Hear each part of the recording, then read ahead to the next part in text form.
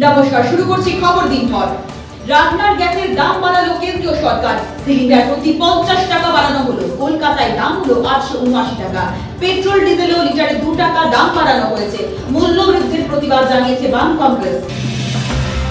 স্কুলে গিয়ে চাকরি হারাদের স্বেচ্ছাশ্রমের আর্জি মুখ্যমন্ত্রী, পাশে থাকবে সরকার বললেন মমতা।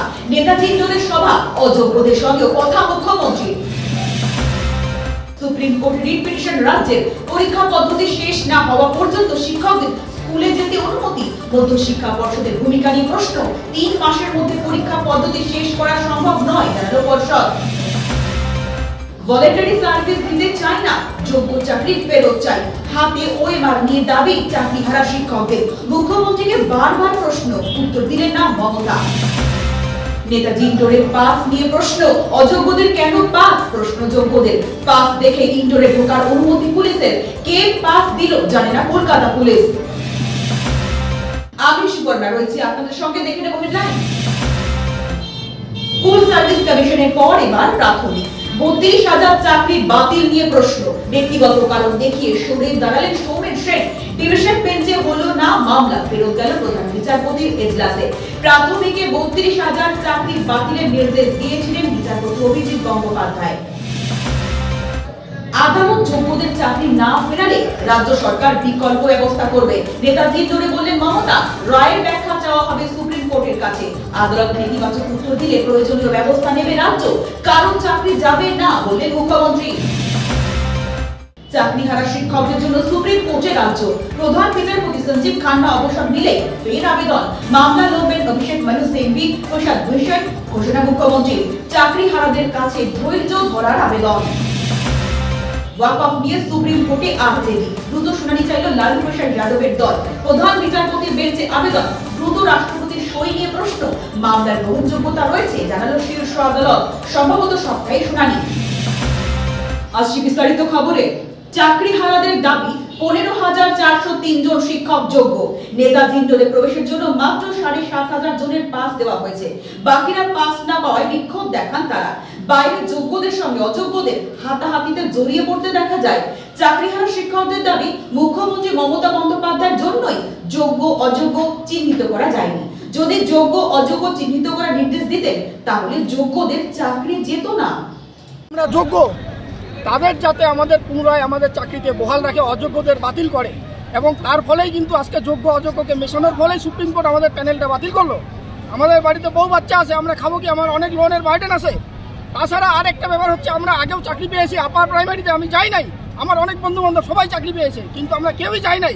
আমরা কাউন্সিলিং আমাদের ভাইবা দিতে দেয়নি আপার প্রাইমারিতে যে আমরা 9, 10-এ চাকরি করি জন্য। তাহলে একটা চাকরি ছেড়ে এখানে এসছে, অথচ সেই বন্ধু বান্ধব অনেকে আজকে আপার প্রাইমারিতে চাকরি করছে। তো আমরা এখন কি করব? এই চাকরিটা হারিয়ে এখন আমরা কি করব? যদি বিচারপতিকে বলা হয় যে উনি আবার ল পরীক্ষা দিয়ে বিচারপতি হন, 15 বছর আগে উনি পারবেন সেটা করতে? 10 বছর আগে আমরা যেমন ছিলাম, 10 বছর পরে কি আমাদের ব্রেন বুদ্ধি সেরকম ভাবে আছে কি? সে পরীক্ষা দেওয়ার মানসিকতা ওইভাবে আছে কি? যোগ্যরা তাদের সুবিচার পেল না, সুপ্রিম কোর্টেও বিচার হলো না। আপনার ব্যর্থতার জন্য, শুধুমাত্র আপনার ব্যর্থতার জন্য, আপনার অযোগ্যদের লিস্ট এবং যোগ্যদের লিস্ট সুন্দর করে প্রকাশ না করার জন্য আজ যোগ্যরা রাস্তায়। তার সুবিচার পাওয়ার জন্য, সেই অন্তিম সুবিচার পাওয়ার জন্য, না হলে আজকেই শেষ। আজকের পর থেকে আমরা এরকম শান্তিপূর্ণভাবে আন্দোলন করব না। এরপর থেকে বিদ্রোহী আন্দোলন হবে, বিদ্রোহী আন্দোলন। যেরকম কৃষক বিদ্রোহ হয়েছিল, নীল বিদ্রোহ হয়েছিল, তখন শিক্ষক বিদ্রোহ এরকম হবে। এরপর থেকে শিক্ষক বিদ্রোহ হবে, আন্দোলন নয়। আন্দোলনে আগুন জ্বলবে, সব জায়গায় আগুন জ্বলবে তখন। নেতাজি ইন্ডোর স্টেডিয়ামে চাকরিহারাদের সঙ্গে বৈঠক করেন মমতা বন্দ্যোপাধ্যায়। সেখানে মমতা বন্দ্যোপাধ্যায় বলেন সুপ্রিম কোর্টে রায়ের ব্যাখ্যা চাওয়া হবে। যদি নেতিবাচক উত্তর পাওয়া যায় তাহলে রাজ্য সরকার যোগ্যদের চাকরির ব্যবস্থা করে দেবে। আপাতত স্কুলে গিয়ে ভলেন্টারি সার্ভিস দিতে হবে। রাজ্য সরকারের এরপর যাবতীয় ব্যবস্থা গ্রহণ করবে। মমতা বন্দ্যোপাধ্যায় বলেন তার সরকার সব সময় চাকরিহারা শিক্ষকদের পাশে থাকবে। আজ নেতাজি ইন্ডোরে মমতার পাশে দেখা যায় সাহিত্যিক আবুল বাসার, কবি সুবোধ সরকারকে। পরিষ্কার বলছি, কোনো রাগঢাক নেই। সুপ্রিম কোর্টের আইন অনুযায়ী করব। কিভাবে করব?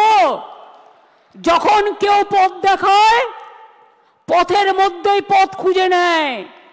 পথে চলতে গেলে গর্ত আসতে পারে, পথে চলতে গেলে কিছু রাস্তা ভাঙা থাকতে পারে, বাট ভাঙা রাস্তা পেরিয়েই মানুষকে এগিয়ে যেতে হয় সফল রাস্তায়। এবং তাই মনে রাখবেন, আমাদের plan A ready, B ready, C ready, D ready and E ready. মনে রাখবেন, এই যোগ্য টিচারদের চাকরি যাতে কোনোভাবে না যায়। যদি বলে তোমাকে 2 মাসে প্রসেস করতে হবে, আপনাদের তো কেউ চাকরি টার্মিনেট করেনি এখনো পর্যন্ত, করেছে কি? কোনো নোটিশ পেয়েছেন? আপনার বিরুদ্ধে দুর্নীতি না যদি প্রমাণ করতে পারে, তো কি আপনাকে কেউ যেতে বারণ করেছে? যান না, আপনি আপনার কাজ করুন না। আপনার কাজ কে বারণ করেছে? আপনারা বাচ্চাদের শিক্ষা দেবেন না, আপনারা বাচ্চাদের পড়াবেন না, আপনারা স্কুলগুলোতে ক্লাস করবেন না। হ্যাঁ, তখন যদি সুপ্রিম ভলেন্টারিলি সার্ভিস কিন্তু সবাই দিতে পারে, সেখানে কিন্তু আটকাবার কোনো জায়গা নেই কারো। সেখানে কি করে আপনাদের চলবে? ধরুন ধরে নিলাম ওরা করলো না, বলল না হবে না, তখন আমি কি করব? তখন আমি এডুকেশন ডিপার্টমেন্টকে রিকোয়েস্ট করতে পারি। কি রিকোয়েস্ট? এটা আমরা লিগাল আলোচনা করেই বলছি।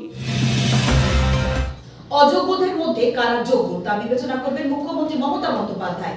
আজ নেতাজি ইন্ডোর স্টেডিয়ামে তিনি অযোগ্যদের বার্তা দিয়ে বলেন, সবাই বেআইনিভাবে চাকরি পেয়েছে তা তিনি বিশ্বাস করেন না। যোগ্যদের সমস্যার সমাধান হলে অযোগ্যদের মধ্যে যারা যোগ্য তাদের কথাও তিনি ভাববেন। বলতে পারেন, কুৎসা করতে পারেন, চক্রান্ত করতে পারেন। মনে রাখবেন, সুস্থ বাঘের থেকেও আহত বাঘ আরো ভয়ঙ্কর। এই আঘাত আপনাদের আঘাত নয়, এই আঘাত আমার উপর মানসিকভাবে আঘাত, আমাদের সরকারকে আঘাত করেছে। এই আঘাতের প্রত্যুত্তর আমরা ফিরিয়ে দেব কাজের মধ্যে দিয়ে, সম্মানের মধ্যে দিয়ে, জীবন জীবিকার মধ্যে দিয়ে। চিন্তা করবেন না।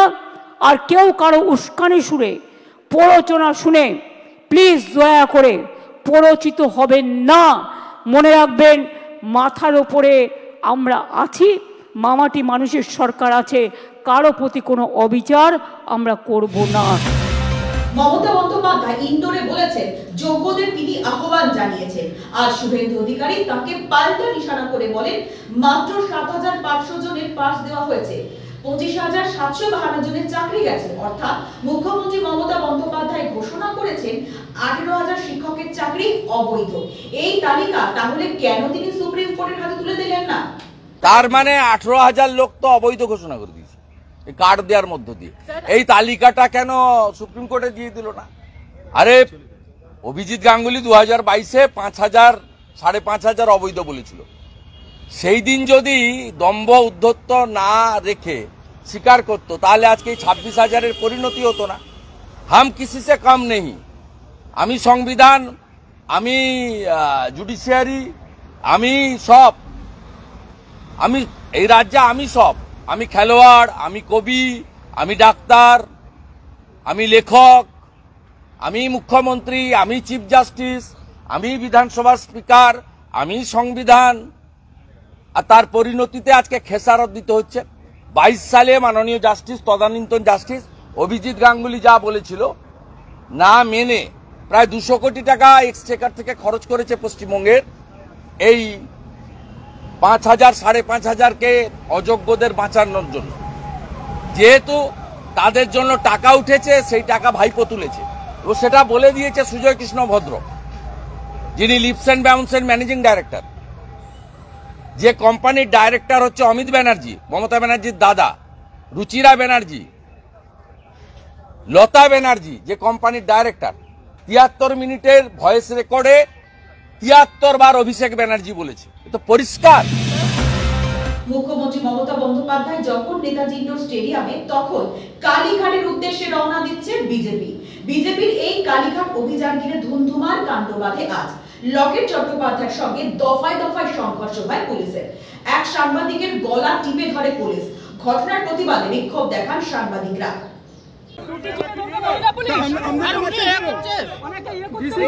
आईपीएस से मीडिया वालों को मान रहा है, आप नहीं देख रहे हैं क्या? आप यहाँ पर क्या कर रहे हैं?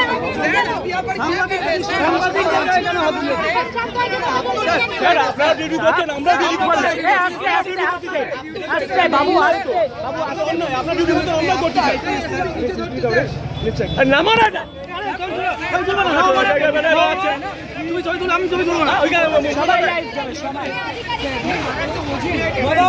আপনার ঘরে বোন আমার বোন আলাদা আলাদা বুকা মারছে পিজা মারছে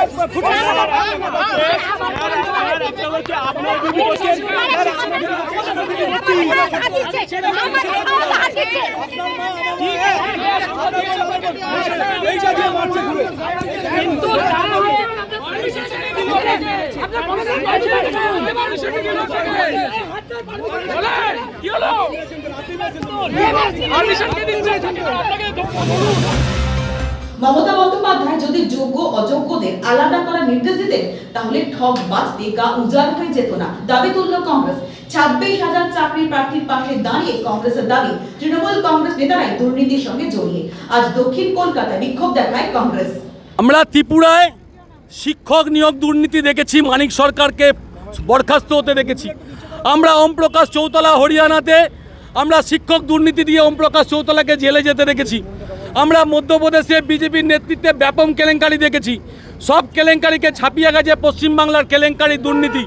এখানে চিট ফান্ডের কেলেঙ্কারি হয়, সারদা নারদা দুর্নীতি হয়, এখানে কয়লা পাচার, নারী পাচার, বালি পাচার হয়। এখানে যেভাবে দুর্নীতি, শিক্ষক দুর্নীতি এবং পৌর নিয়োগ দুর্নীতিতে আমরা নিমজ্জিত হতে দেখেছি সরকারকে। আমরা এই সরকারকে খাদ্য দুর্নীতি, রেশন দুর্নীতিতে দেখেছি। সব দুর্নীতিকে পশ্চিমবাংলা ছাপিয়ে গেছে এই এসএসসি 26,000 শিক্ষকের নিয়োগ দুর্নীতিতে।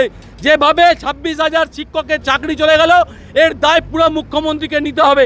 আমরা পশ্চিমবাংলার সমস্ত মানুষ জানে রাজ্য সরকার শিক্ষা দপ্তর টাকার বিনিময়ে চাকরি হয়েছে, কিন্তু মমতা বন্দ্যোপাধ্যায়কে হাইকোর্ট থেকে সুপ্রিম কোর্ট পর্যন্ত ক্লিয়ার পরিষ্কার করে বলেছিল ওএমআর সিট দিতে, কিন্তু রাজ্য সরকার ওএমআর সিট এবং মিরর পেজ কোনোটাই সাবমিট করেনি। ফলে যা হবার তাই হলো, 26,000 শিক্ষকের চাকরি চলে গেল। দেখুন, আত্মসম্মান ফেরাতে হবে শিক্ষকদের, তাদের চাকরি ফেরাতে হবে, জীবন জীবিকা ফেরাতে হবে, নাহলে গদি ছেড়ে চলে যেতে হবে। মমতা বন্দ্যোপাধ্যায়ের জন্য যেরকম এটা বাস্তব, ঠিক রাজ্যের বিরোধী দলনেতা তৎকালীন তৃণমূল কংগ্রেসের 2 নম্বর ব্যাটালিয়নের চিফ ম্যানেজার ছিল, ওনারও একই জিনিস। তার কারণ হচ্ছে যে চাকরি চুরি এটা একদিনের নয়। আজকে ভাবুন তো, যে হারে মানুষকে আক্রমণ করা হয়েছে, 26,000 শিক্ষক, স্কুল বন্ধ হয়ে যাচ্ছে, ছাত্র নেই, কোথায় যাবে বাংলার মানুষ? বিহারে বিধানসভা নির্বাচনের আগে বেগুসরাই গেলেন কংগ্রেস নেতা রাহুল গান্ধী। ভারত জোড়ো ন্যায় যাত্রার পর ফের তিনি রাস্তায় নামলেন। কংগ্রেস নেতা বলেন, বিহারে এবার মহাজোটের জয় হবে। এবছরের শেষে ভোট রয়েছে বিহারে। এবার বেগুসরাইতে প্রার্থী হতে পারেন প্রাক্তন সিপিআই নেতা কানহাইয়া কুমার। এখন কানহাইয়া कांग्रेस आपकी जो समस्याएं हैं, इश्यूज हैं, बेरोजगारी, महंगाई, पेपर लीक और जो सरकारी नौकरियां एक के बाद एक कम की जा रही हैं, प्राइवेटाइजेशन जिससे आपको फायदा नहीं मिल रहा है, इसके खिलाफ हम यात्रा कर रहे हैं।